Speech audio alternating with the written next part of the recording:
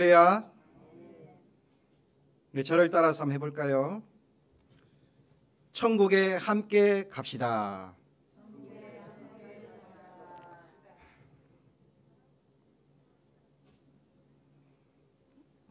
대화 중에 어떤 청년이 저에게 이렇게 질문을 합니다. 왜 예수님을 믿느냐? 라고 말합니다. 진리에 대해서, 신앙에 대해서 참 고민하고 바른 길을 살려고 하는 청년입니다. 대부분 사람들은 이러한 고민도 하지 않습니다. 그냥 무엇을 먹을까, 입을까, 마실까 온통 세상 걱정과 염려를 혼자 다 짊어지고 가는 사람처럼 그렇게 일에만 신경 쓰고 살아갑니다. 여러분, 예수님을 왜 믿습니까? 그래서 제가 천국 가려고 예수님을 믿는다라고 했어요. 그랬더니 그분이 무슨 말씀을 하신지 아십니까? 여기가 천국인데요. 저는 이제 본인이 북한에서 왔기 때문에 남한이 천국이라는 거예요. 그러면서 묻는 거예요. 천국에 가봤느냐? 여러분, 천국에 가봤습니까?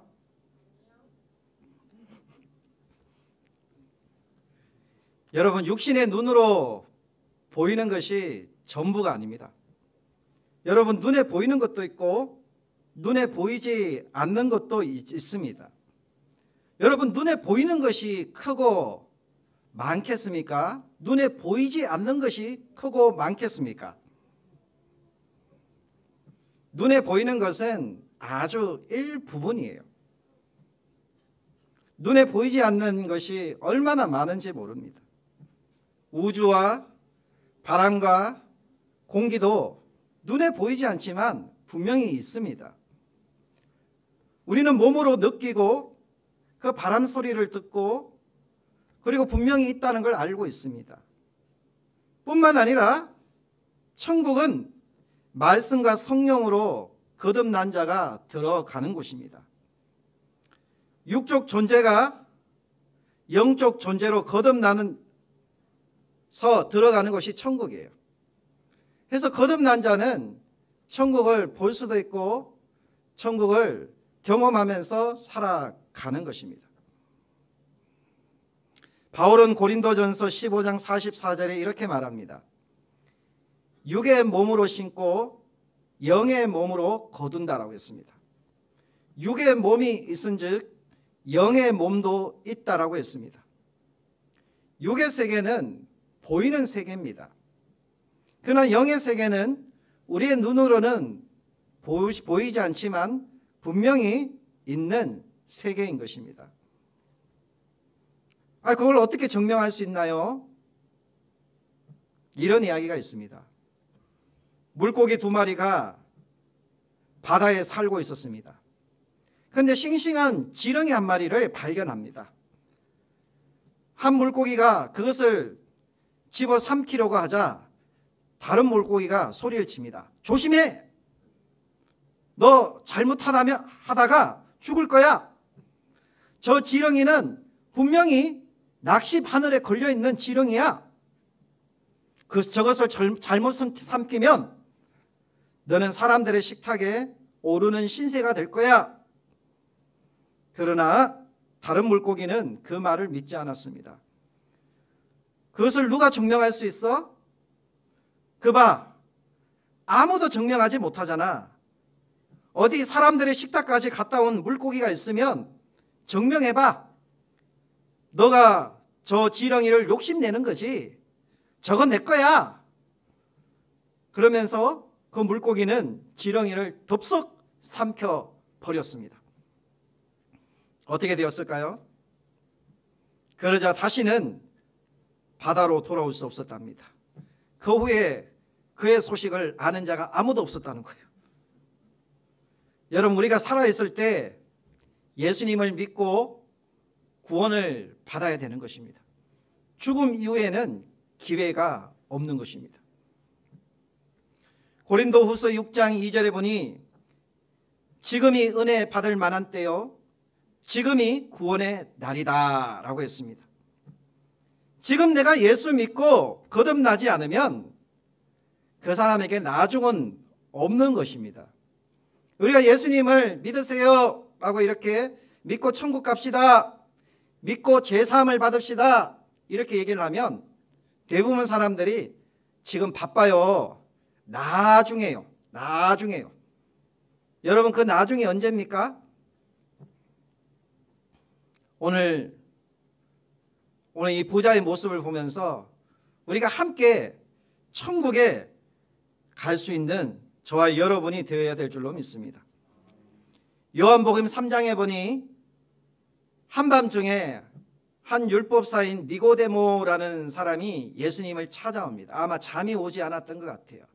진리에 대해서 고민을 했던 사람이었던 것 같습니다. 그런 한밤중에 찾아온 니고데모를 보면서 예수님이 이렇게 얘기하셨어요. 니고데모야, 내가 거듭나야 하겠다. 너가 거듭나야지만이 천국을 볼 수 있고 너가 거듭나야지만이 천국에 갈 수 있다. 이렇게 얘기했습니다. 거듭난다라는 말은 두 번 태어난다는 말입니다. 다시 태어난다라는 말입니다. 그래서 니고데모는 아니 제 나이가 벌써 60이 넘었고 70이 넘었는데 어떻게 엄마 뱃속에 들어갔다가 다시 태어날 수 있습니까? 이렇게 물었어요. 그런데 예수님은 이 거듭남에 대해서 니고데모가 이해를 하지 못했어요. 예수님이 거듭나야 하겠다라는 이 말은 너가 두 번 태어난단 말인데 육의 몸으로 지금 태어났으니 한 번 더 태어나야 된다는 거예요. 영의 몸으로. 우리가 예수님을 믿게 될 때 죽었던 우리의 영혼이 다시금 살아나는 거예요. 그래서 로마서 3장 1절에 죄와 허물로 죽었던 너희를 예수님이 그 십자가의 피로 너희를 살려주셨다라고 했습니다. 그렇습니다. 우리 그리스도인들은 두 번 태어나는 것입니다. 한 번은 육의 몸으로, 한 번은 영의 몸으로 태어나는 것이 거듭남이에요. 그래서 우리가 거듭날 때 영적인 눈을 뜨게 되고 그리고 영이신 하나님을 보게 되고 하나님을 느끼게 되고 하나님을 인격적으로 만나게 되고 하나님과 함께 동행하게 되는 줄로 믿습니다. 죄로 말미암아 어두워진 눈을 뜨게 될 때에 살아계신 하나님이 보이는 것입니다. 천국이 보이는 거예요. 그래서 다윗은 이렇게 고백했습니다. 다윗이 그를 가리켜 이르되 내가 항상 내 앞에 계신 주를 배웠으며 나로 요동하지 않게 하기 위하여 그가 내 우편에 계시도다 라고 했습니다. 거듭난 이 다윗은 예수님이 자기 앞에 계시고 예수님이 자기 우편에 계신 것을 느끼며 그것을 알고 믿음으로 주님을 바라보면서 살아갔던 사람이었습니다. 사람은 한 번 육신의 죽음을 맞이할 때 반드시 죄에 대한 심판을 받게 됩니다. 누구든지 죄가 있는 자는 죄의 심판을 받아 지옥에 들어가지만 예수님을 믿고 죄 사함을 받은 자는 천국 문에 들어가는 것입니다. 여러분, 오늘 밤 여러분이 죽어도 천국에 갈 수 있습니까?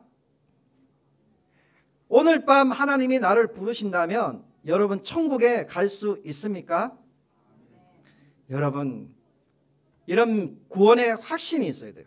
신앙생활은 구원으로부터 시작하는 것입니다. 그런데 이 구원의 확신이 없으면 안 되는 거예요. 구원의 확신이 없으면 우리가 아직 거듭나지 못한 거예요. 천국에 있는 줄도 모르는 거예요. 오늘 본문에서 예수님이 한 이야기를 합니다. 한 부자가 있었습니다. 그는 하는 일이 너무너무 잘 되었어요. 어느 정도나 잘 되었냐 하면 17절에 보니 심중에 생각하여 이르되 내가 곡식 사둘 곳이 없어서 고민하고 있는 거예요. 너무너무 장사가 잘 되니까 돈을 많이 버니까 이 돈을 어떻게 내가 어디에다가 모아둬야 될지 고민을 하고 있는 것입니다. 여러분, 장사가 이렇게 잘 되면 얼마나 좋겠습니까? 늘 그냥 월세 낼 걱정, 집세 낼 걱정, 내일 먹을 거 걱정. 요즘 이렇게 사는 사람이 많은데 아마 이 부자는 너무너무 행복한 것 같아. 돈이 너무너무 잘 벌려가지고 이 돈을 어디에 쓸까? 그것 때문에 고민하고 걱정하고 있는 거예요. 우리가 볼 때는 걱정도 아닌 걱정이죠. 그래서 사람들은 먹을 것이 없어서 하는 일이 잘 안 되면 어찌할꼬 하면서 걱정을 하는데, 이 부자는 하는 일이 너무 잘 돼서 고민하는 거예요. 돈이 많아서, 너무 많아서 고민합니다. 여러분, 우리는 이러한 사람이 어떤 사람으로 보입니까? 야, 참 행복하다, 참 부럽다, 참 성공한 사람이다, 나도 저런 사람이 되고 싶다, 이렇게 생각을 하겠죠. 쉽게 말해서 저 사람은 돈방석에 지금 앉아 있는 거예요. 돈이 없어서 고민해야 되는데 돈을 사올 것이 없어서 고민하고 있는 것이에요. 그래서 어떻게 하기로 결심합니까? 18절에 보니 내 곡간을 헐고 더 크게 짓고 내 모든 곡식과 물건을 거기 사두리라 생각합니다.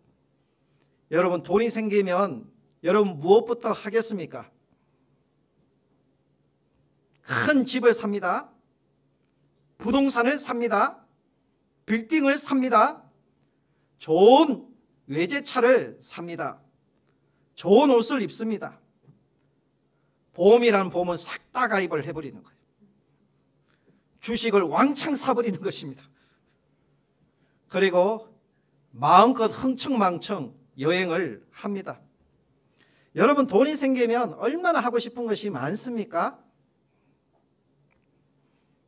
근데 여러분, 신앙이 있는 사람과 신앙이 없는 사람의 차이를 말하라면 아주 쉽습니다.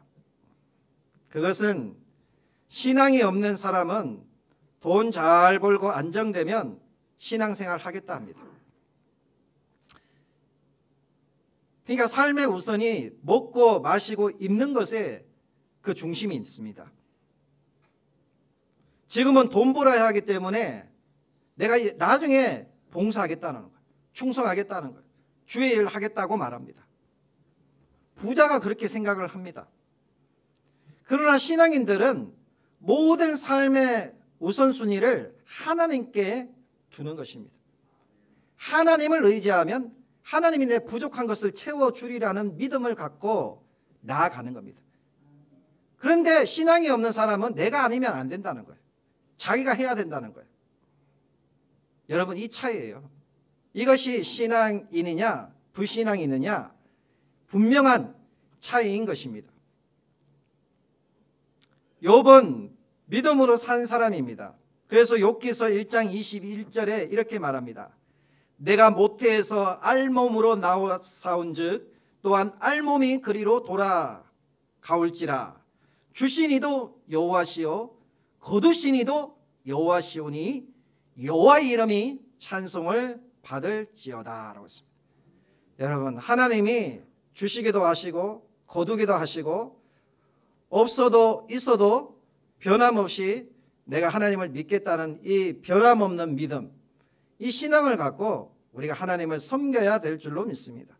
그런데 많은 사람들이 내가 좀 평안해지면 예수님을 믿어야 돼요, 그리고 교회를 나오세요 라고 얘기하면 지금 먹고 살기 너무 바쁘다라는 거예요. 내가 좀 평안해지면 그때 예수님 믿겠다는 거예요. 내가 좀 안정이 되면 지금은 자식도 키워야 되고 좀 집도 사야 되고 할 일이 너무 많다라는 거예요. 좀 내가 여유가 생기면 그때 가서 하나님 믿겠다라는 거예요. 대부분 이렇게 해서 거절을 합니다. 부자는요, 사올 곳이 없을 정도로 세상에서 크게 성공했습니다. 그런데 그가 이렇게 이야기를 합니다. 사올 것이 없을 정도로 크게 성공을 했으면 그 다음 좀 하나님을 믿으면 좋잖아요. 그런데 어떻게 합니까? 내 영혼아, 이제는 평안히 너 고생했다.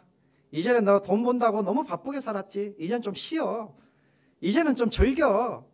이제는 좀 먹을 거 먹고 너 하고 싶은 거 해야 되잖아. 이렇게 말을 하는 것입니다. 여러분, 사올 것이 없도록 넘치는 복을 받기를 원하십니까? 근데 사실 우리가 이런 복을 받아야 돼요. 받아야 돼요. 우리가 부자 되는 것은 잘못된 것이 아닙니다. 그런데 문제는 뭐예요? 나의 삶의 우선순위가 바뀌면 안 된다라는 거예요. 신앙은 구원으로부터 출발을 합니다. 신앙이라는 것은 나 중심에서 하나님 중심에서부터 시작을 해야 돼요. 그래서 바른 길로 갈 수가 있는 겁니다. 대부분 우리가 예수님을 믿다가 잘못된 길로 빠지는 이유가 무엇입니까? 세상과 나를 비우지 못해서 그래요. 세상과 나를 내려놓지 못하기 때문에 내 마음 중심에 하나님을 두지 못하고 이 부자와 같이 물질을 두고 자기를 두기 때문이에요. 뉴스워커지라는 책에 보면 돈은 죽음보다 강하다라는 글이 있습니다. 그 내용을 보니 돈은 피보다 진하고 생명보다 귀하다라는 말입니다. 옛날에도 그랬고 지금도 그러하며 아마 영원히 그럴 것이다 랍니다. 돈에 대해 이런 정의를 받아들이지 않는 사람은 솔직하지 못하다는 것입니다. 위선자라는 것입니다. 권력과 폭력, 즉 모든 정치의 진앙지가 돈이고 전쟁은 늘 돈 때문에 일어나고 언제나 돈 때문에 해결된다는 것입니다. 그래서 이 전쟁에도 돈 문제가 걸려 있다는 것입니다. 그리하여 돈은 모든 것이고 돈은 죽음보다 강하다는 것입니다. 여러분 어떻게 생각하십니까? 돈의 위력은 참 대단합니다. 교회에서도 돈 이야기를 하면 졸던 사람도 정신을 반짝 차리고 잠을 깹니다. 오늘 보니까 다 잠을 깨신 것 같아요. 돈이 없는 사람은 시험에 들까봐 들고 돈이 있는 사람은 자기를 과시합니다. 돈의 상처를 입고 돈의 은혜를 받습니다. 돈에 울고 돈에 웃기도 합니다. 그래서 돈이 없는 사람은 돈 때문에 교회를 떠나가는 사람들도 있습니다. 백만장자 카네기는 세상에 돈이라는 우상보다 사람을 더 타락시키는 것은 없다라고 했습니다. 지나치게 집착하는 욕심, 탐욕의 노예가 되면 세상을 더럽게 만들고 자신을 불행하게 만든다는 것입니다. 성경에도 디모데전서 6장 10절에 이렇게 말합니다. 돈을 사랑함이 일만하게 뿌리가 되나니 이것을 탐내는 자들은 미혹을 받아 믿음에서 떠나 많은 근심으로써 자기를 찔렀도다라고 했습니다. 세상에서는 돈으로 안 되는 것이 없는 것 같은데 돈으로 안 되는 것이 있습니다. 무엇입니까? 천국에 가는 겁니다. 여러분 돈으로 천국 갈 수 있습니까? 돈으로 권력을 살 수 있습니다. 돈으로 집을 살 수 있습니다. 돈으로 지위를 살 수 있습니다. 돈으로 명예를 살 수 있습니다. 돈으로 살 수 없는 것이 있더라라는 것입니다. 내 영혼을 돈으로 살 수가 없는 거예요. 천국을 돈으로 살 수가 없는 것입니다.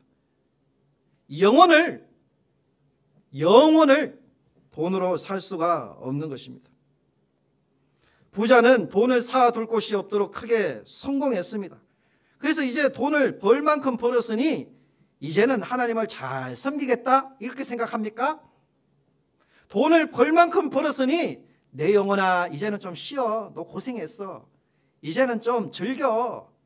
이제 먹을 것 좀 먹고 입을 것 좀 입어. 좋은 집도 사고 좋은 차도 사고 이제는 이 돈이 너를 지켜줄 거야. 이렇게 착각을 하는 겁니다. 여러분 하나님은 그러한 부자를 어떤 사람이라고 말합니까? 어리석은 자여라고 말합니다. 여러분 부자가 어리석은 자입니까? 아니죠. 부자는 참 세상적으로 성공한 사람이고 세상적으로는 참 지혜로운 사람입니다. 그런데 왜 하나님은 이 부자를 어리석다라고 말할까요? 20절에 보니 어리석은 자여 오늘 밤에 내 영혼을 도로 찾으리니 라고 말합니다. 부자는 육신을 위해 살았고 육신의 때를 준비했지만 영혼을 위해 살지 않았고 영혼의 때를 준비하지 않았습니다. 그래도 어떤 분은 또 이렇게 얘기합니다. 아이 목사님, 저는요 죽더라도요 돈에 묻혀서 죽고 싶어요. 그런 분은 좀 죽을 때 돈을 좀 묻어줘야 돼요. 위로가 될 것 같아요. 돈 없이는 못 살아요. 요한 3서 1장 2절에 보니 이렇게 얘기합니다. 사랑하는 자여 내 영혼이 잘된 같이 내가 범사에 잘되고 강건하기를 원한다 라고 했습니다. 이 말이 무슨 말씀입니까? 내 영혼이 우선순위라는 거예요. 내 영혼이 먼저 잘 돼야지 너가 범사도 잘 되고 너가 건강의 복도 하나님이 주신다라는 거예요. 여러분, 하나님이 택한 백성은요 절대 부자가 되지 않게 하십니다. 깜짝 놀라시는 것 같아요. 아니 하나님 잘 믿으면 부자가 돼야죠. 근데 부자가 되게 하셔요. 제가 놀라라고 여러분 이렇게 얘기한 거예요. 하나님 잘 믿으면 정말 잘 믿어야 부자가 되는 거예요. 그런데 하나님은요 하나님이 있어야 될 자리에 물질을 우상으로 삼으면요 절대 부자 안 되게 하셔요. 가난하게 하셔요. 깨닫게 하신 후에 하나님이 낮추신 후에 높여주셔요. 물질도 주셔요. 그런데 우리가 이삭처럼 순종 잘하고 우리가 하나님의 말씀대로 살려가면 하나님 그 기업과 그 가정과 그 사람을 하나님의 선한 도구로 사용해 주셔요. 물질을 부어주셔요. 물질이 흘러가게 하셔요. 축복의 통로가 되게 하는 복을 주시는 줄로 믿습니다. 우리가 하나님 앞에 서임 받으면 이왕이면 정말 걸러지는 것 없이 하나님의 축복이 나를 통해서 흘러가는 이러한 복을 받아야 되지 않겠습니까? 아브라함의 복이에요. 믿음 있는 자는 아브라함의 복을 받으리라 라고 했습니다. 축복의 통로가 되는 은혜인 줄로 믿습니다. 그런데 오늘 성경에 보니까 하나님의 은혜를 천국을 모르고 사는 사람이 등장합니다. 이 땅이 전부라고 생각하며 사는 사람입니다. 죽으면 끝이다 라고 알고 살아갑니다. 여러분, 죽음이 끝입니까? 죽음은 끝이 아니고 시작이에요. 죽음은요 우리의 육의 몸이 죽어지면 영의 몸으로 다시 살아나는 것. 이것이 기독교가 말하는 부활입니다. 부활. 육의 몸이 죽어지면 죽음 이후에 하나님이 영의 몸으로 우리 정체성을 입혀주셔서 우리로 하여금 영적 존재로서 천국에서 영원히 살도록 하나님이 우리를 부활의 자녀로 삼아 주신 줄로 믿습니다. 그래서 죽음은 끝이 아니라 시작이에요. 시작. 이제 시작이에요. 그래서 여러분 소망을 가지세요. 소망을 가지셔야 돼요. 그런데 이 부자는요 자기 영혼을 위해 투자하지 않아요. 천국을 위해 투자하지 않아요. 이 땅의 삶을 위하여 육신의 때를 위하여 일평생 살아갑니다. 그리고 고민을 하는 거예요. 물질을 쌓아둘 곳이 없을 정도로 고민을 하면서 이제는 평안히 쉬면 이 물질이, 이 보험이, 이 집이, 이 차가 너의 미래를 보장해 줄 거야 라는 그런 착각을 갖고 살아가는 것입니다. 여러분, 우리가 세상에 속지 말아야 돼요. 속지 말아야 돼요. 물질에 속지 말아야 돼요. 물질을 많이 모으는 자가 행복한 자가 아니라 물질을 잘 쓸 수 있는 사람이 행복한 사람인 줄로 믿습니다. 할렐루야. 우리가 물질을 많이 번다는데 목적을 두고 초점을 두고 살면 그 사람은 어리석은 자가 되는 거예요. 그런데 우리가 물질을 잘 쓰기 하기 위해서 우리가 물질을 모은다면 하나님이 기뻐하시는 줄로 믿습니다. 오늘 본문에 나오는 부자의 세 가지 특징이 있습니다. 천국에 들어가지 못한 이 부자의 특징이 있는 거예요. 첫째는 오직 나 중심의 삶을 살아갑니다. 오늘 읽은 본문에서 가장 많이 나오는 단어는 나라는 단어입니다. 에고라는 단어죠. 우리말 번역에는 6번 나오지만 원어 성경에 보면 12번 나옵니다. 우리말 성경에 보면 17절에 내가, 18절에 내가 내 곡간, 내 모든 곡식, 19절에 내가 내 영혼, 이렇게 나옵니다. 철저히 이 부자는 자기 중심적이고 이기적인 사고를 갖고 살아가고 있습니다. 내 재산이 잘 돼야 되고, 내 자식이 잘 돼야 되고, 내 건물이 안전해야 되고, 내 사업이 잘 돼야 되고, 내 계획이 잘 돼야 되고, 내 인생이 잘 돼야 되는, 온통 그의 삶에는 누구밖에 없는 거예요? 자기밖에 없어요. 자기밖에 없어요. 하나님이 잘 돼야 된다는 말을 한마디도 하지 않습니다. 하나님이 영광을 받아야 된다는 말을 한마디도 하지 않는 거예요. 우리가 먹든지 마시든지 무엇을 하든지 누구의 영광을 위하여 하라고요? 하나님의 영광을 위하여 하라라고 했습니다. 그런데 오늘 이 부자는요, 자기를 위하여 일평생 살아가는 삶의 전형적인 모습을 보여주고 있습니다. 여러분, 이게 이 부자의 모습이 이상하게 느껴지지 않을 거예요. 왜냐하면 세상이 그렇게 만든 거예요. 세상의 하나의 유형이에요. 부자는요, 정말 자기 중심적으로 살아갔습니다. 부자가 된 것도 자기가 잘나서 부자가 된 줄로 아는 거예요.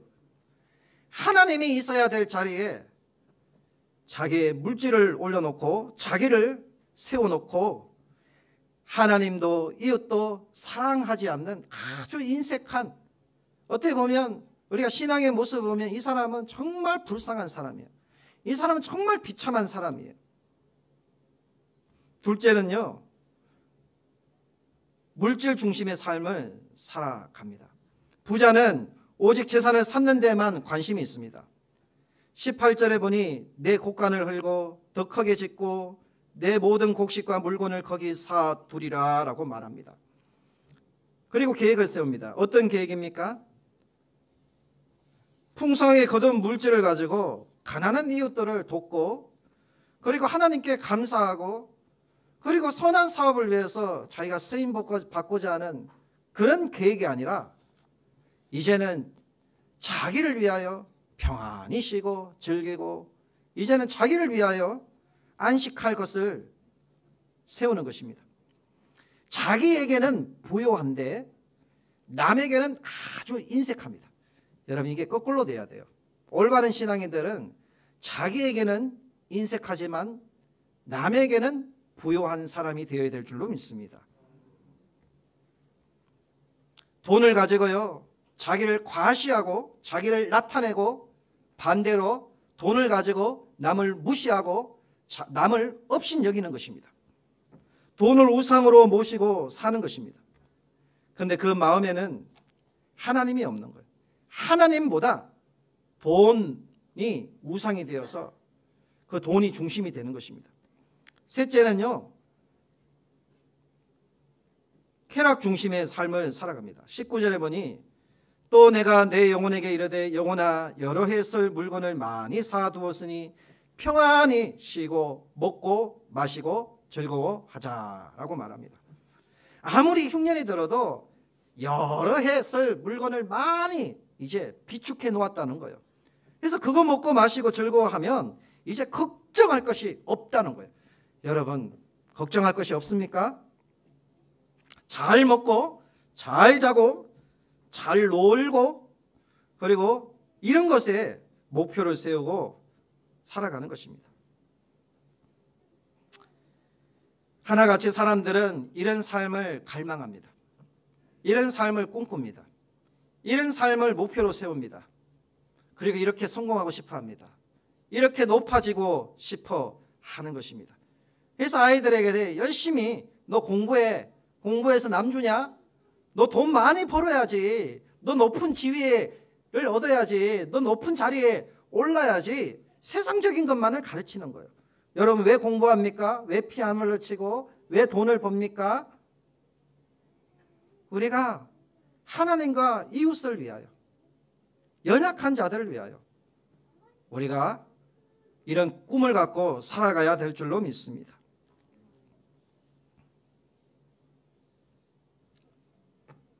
사람들은 이렇게 살면 성공했다라고 말합니다. 그런데 하나님은 이런 사람을 향하여서 20절에 어리석은 자여라고 말합니다.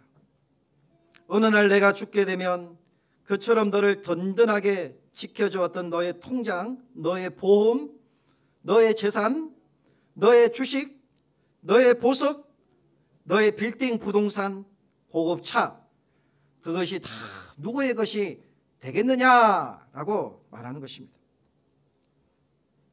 모든 사람이 당연하게 생각하고 부러울 정도로 잘 사는 사람인데 왜 하나님은 어리석은 자라고 말하고 있을까요?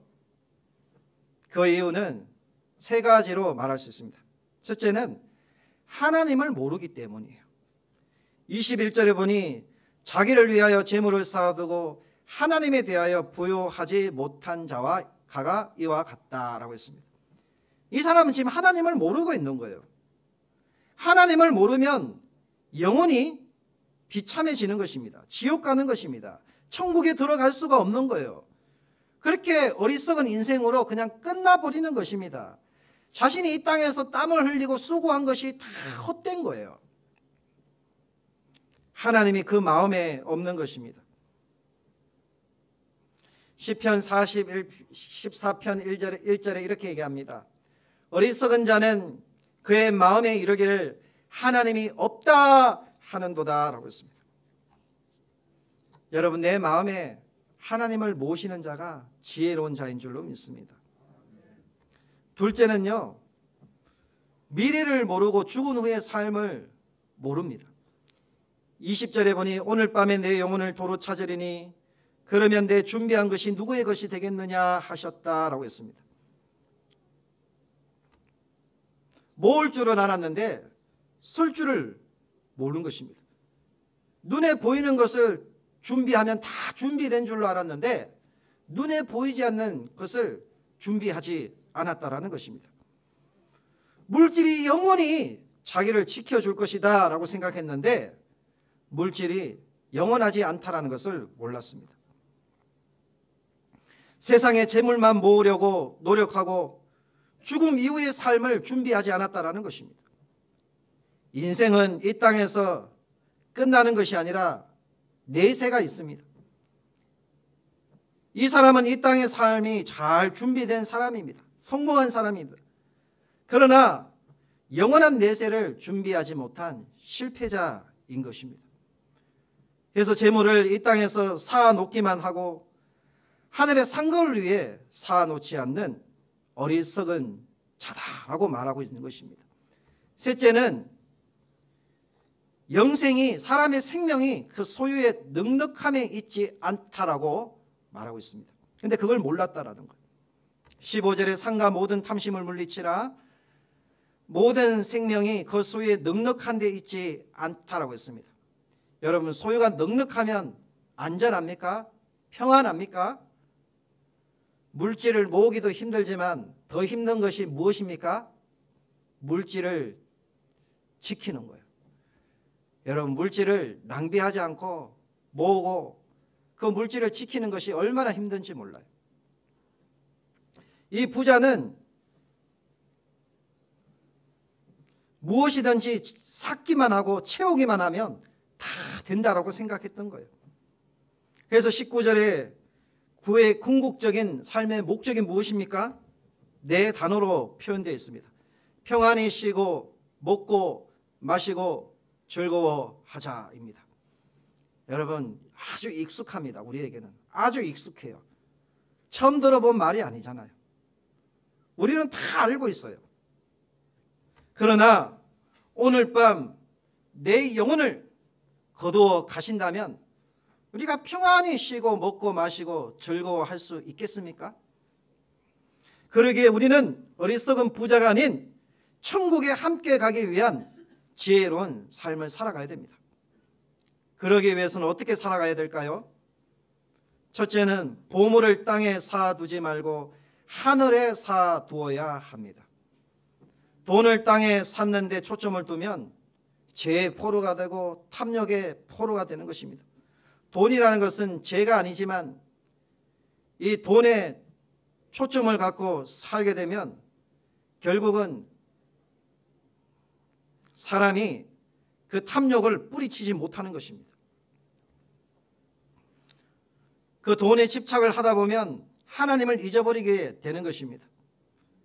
그래서 우리의 마음, 물질이 있는 곳에 마음이 있다고, 우리가 돈을 이 땅에 쌓아두다 보면, 부동산에 두다 보면 결국은 우리의 소망이 이 땅에 있는 것입니다. 그러나 우리의 소망을 하늘에 두기 위해서는 어떻게 해야 될까요? 내 보물을 하늘에 쌓아둬야 된다는 것입니다. 그럴 때 우리가 이 물질로부터 자유케 되는 거예요. 이 탐욕으로부터 자유케 되는 것입니다. 세계적으로 최고의 부자였던 록펠러도 한때는 탐욕의 사람이었습니다. 가혹하게 직원들을 부렸습니다. 한 번은 신문 기자가 인터뷰를 합니다. 당신은 참 부자인데 당신이 축적한 이 모든 재물로 당신은 만족합니까? 라고 말했습니다. 그때 록펠러는 천만의 말씀이요. 그러면 얼마나 더 가져야 만족합니까? 라고 물었습니다. 그랬더니 록펠러는 조금만 더 이렇게 이야기를 하더라는 것입니다. 그런데 이 땅에서 돈을 쌓기에 급급한 그가 변화되었습니다. 친구의 권유로 광산업을 시작했다가 사기를 당해서 하루아침에 비톡족에 시달리고 그리고 쫄딱 망해서 자살을 하려고 했습니다. 그제서야 깨닫고 하나님 앞에 기도합니다. 자신의 죄를 고백합니다. 그랬더니 하나님의 음성이 들리는 것입니다. 조금만 더 팔아. 처음에는 조금만 더 그게 자신의 육신의 생각이었는데 하나님이 조금만 더 깊이 기도하고 조금만 더 파라는 그 하나님의 음성을 듣고 조금 더 팠는데 검은 석유가 쏟아져서 부자가 된 것입니다. 그런데 하나님이 우리를 가난하게 하시는 분이 아닙니다. 우리를 부유케 하시는 분이에요. 그런데 록펠러가 한 가지를 깨달았어요. 하나님이 주신 물질은 악이 아니고 이 물질을 선한 사업에 해야 된다는 걸 깨달은 거예요. 그전에는 자기를 위해 쌓기만 급급했어요. 자기를 위해서 이 물질을 모아놓은 거예요. 그런데 선한 사업을 위해 사용해야 된다라는 것을 알고는 하나님이 이 록펠러를 사용하셨는데 100만 평이 넘는 12개의 대학을 건립하였고 일평생 4,928개의 교회를 지었답니다. 그리고 하나님께 드렸어요. 그리고 어느 곳에든지 자기의 이름을 남기지 않았다고 합니다.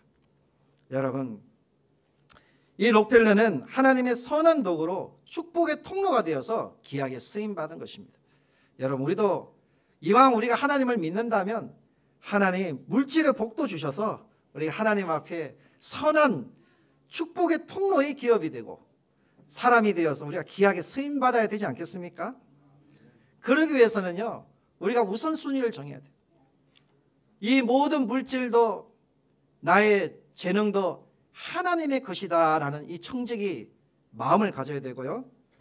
또 하나님이 이것을 통해서 사용하시도록 우리 자신을 하나님께 맡겨야 되는 것입니다. 누가복음 6장 38절에 이렇게 말합니다. 주라, 그리하면 너에게 줄 것이니 곧 후히 되어 누르고 흔들어 넘치도록 하여 너에게 안겨주리라 라고 했습니다. 여러분, 얼마나 넘치는 복입니까? 하나님이 이러한 복을 우리에게 다 준비하고 있는데 왜 우리가 이걸 누리지 못할까요? 우리가 준비되지 않았기 때문에. 여러분, 이걸 아셔야 돼요. 내가 준비되지 않으면 하나님이 산더미 같은 돈을 정말 쌓아놓고도 우리에게 줄 수가 없는 거예요. 그 안타까운 심정을 여러분 아셔야 되는 거예요. 하나님의 마음을 아셔야 되는 거예요. 내 삶의 우선순위를 하나님께 두지 않으면 절대 하나님은 그 돈을 주지 않습니다. 주님이 축복하지 않습니다.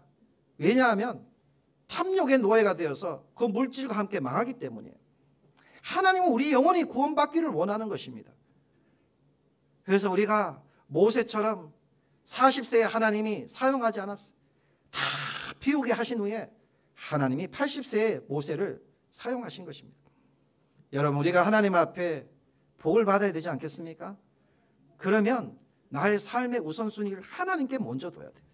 마태복음 6장 33절에 너희가 먼저 그의 나라와 의를 구하면 먹고 입고 마시는 이 모든 것은 하나님이 넘치도록 너에게 안겨주리라 말씀하시는 거예요. 두 번째는요, 우리가 돈을 섬기는 것이 아니라 하나님을 섬기는 자가 되어야 돼요. 한 사람이 두 주인을 섬기지 못할 것이다 라고 했습니다. 너희가 하나님과 재물을 겸하여 섬기지 못한다고 했습니다. 하나님을 섬기지 않는 사람은 돈을 섬기게 되어 있습니다. 그러나 하나님을 섬기는 사람은 돈을 도구로 사용할 줄 아는 사람입니다. 그래서 우리의 주인은 오직 하나님이에요. 하나님. 우리가 하나님께 마음을 두고 두 마음을 품지 않으면 하나님이 물질도 주시는 것입니다. 건강도 주시는 거예요. 세 번째는요, 자기를 위해 재물을 쌓지 않고 이웃을 위해 사용하는 참된 부자가 되어야 됩니다.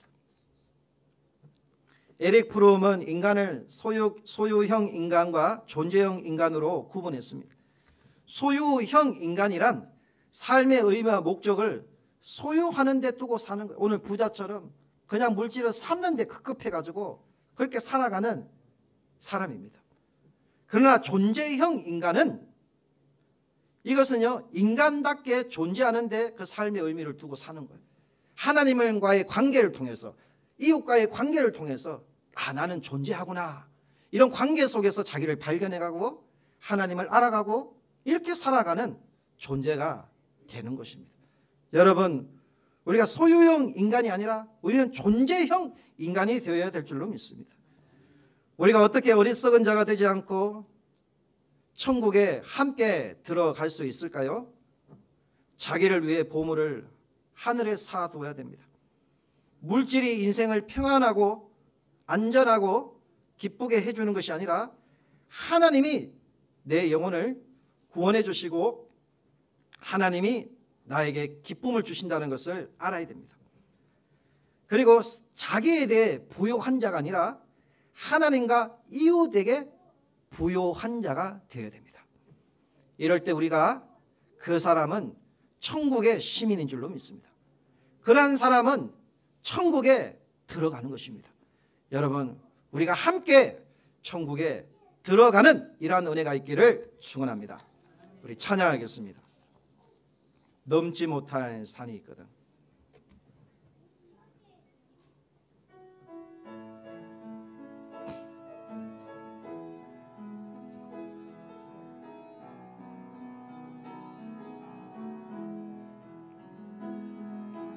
넘지 못할 산이 있거든. 주님께 맡기세요. 넘지 못할 파도 있거든. 주님께 맡기세요. 우리 가야 할 길은 멀고도 험하여 허덕이며 가야 하는 우리 인생인데 이럴 땐 우린 누굴 의지하나요? 주님밖에 없어요. 나는 그 길 갈 수 없지만 주님이 되신가요? 참지 못할 분노 있거든.